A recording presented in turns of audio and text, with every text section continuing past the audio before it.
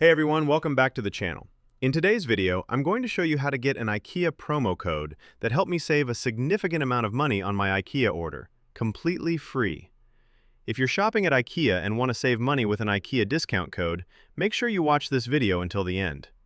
How do you get the IKEA promo code? It's very simple. First, grab your mobile phone. It doesn't matter if you're using an iPhone or an Android device.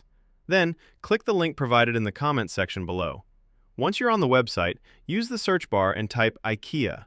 Click on the IKEA result, scroll down, and you'll see the available IKEA promo codes and discounts. Tap the Show Coupon button to reveal your code.